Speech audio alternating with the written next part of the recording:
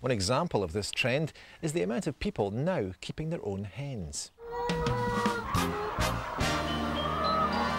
The humble chicken has moved from the farmyard to the backyard. Forget the latest gadget, the latest designer label, with sales of chicken coops rocketing. For those of us who want to stay in fashion, there's only one accessory to have this season. Is it just the latest craze? Or is the good life good enough to last? For many, the idea of raising chickens started with images of battery hens producing eggs for our supermarkets. Last year, the British Hen Welfare Trust rehomed over 61,000 battery hens, 12 times the amount they rehomed in 2004. Jim, first of all, just give me an idea of how many hens we've got in here today. We've got about 630, which we basically collect to order. People book them beforehand, and they'll all be turning up in the next few hours to go and rehome them, take them away and give them a free-range future. We picked them up this morning from the battery farm where they've lived for, well, certainly the last 12 months laying eggs. About 6 months old is when a hen starts laying its first egg, and in that first year, these hens will lay over 300 eggs, probably 320 maybe. And in that second year, it will drop. It's the difference between that 320 and maybe drop to 280 in the next year. That means that the farmer gets rid of them because that's the commercial viability.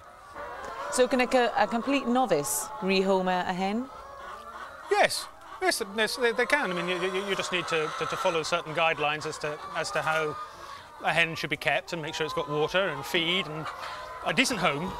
And you need to have proper fencing. So effectively these girls are in the departure lounge waiting for their holiday? Pretty much. I suppose you could even call it the retirement home, to go and have a very nice life in the future. And some of these could live to 10 years old. Giving chickens a better life is definitely appealing. But what about the reality of keeping birds in your back garden?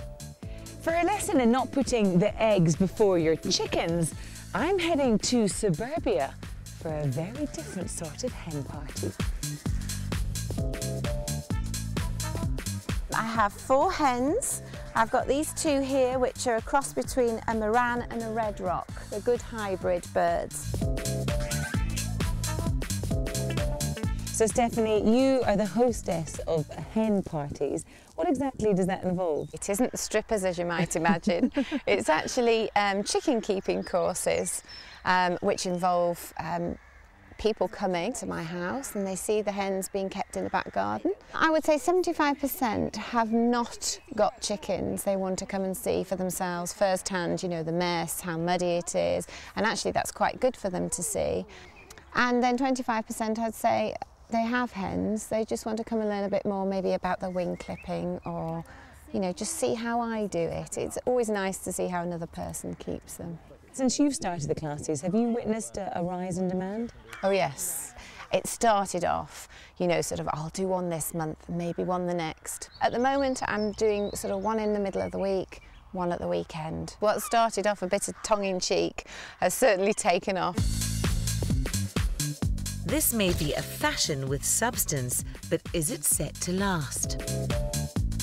One woman who thinks so is vet Mary Fraser. When I first qualified, we had maybe one client in the practice who would have a hen. Last week we had 3 hens in the one morning from different owners. 6 months ago that would have been exceptional, but now it's becoming more normal. Is that something you've decided we'll take that on and specialise? It is, yeah. I mean, it's not the only thing we do in the practice, but it is a little extra. I have chickens myself, so I can understand where the owners are coming from, the common problems that we see. I've no doubt had them myself in my own hens. Do you think it's the tip of the iceberg for some owners? Next step, sheep, cows, pigs? Yeah, a lot of people are doing that. And my own story, we started with chickens and then we got sheep and now I've got a pig pen. So yeah, it is all part of the good life. Fashions may come and go, but it seems that our passion for homegrown eggs means that chicken chic is here to stay.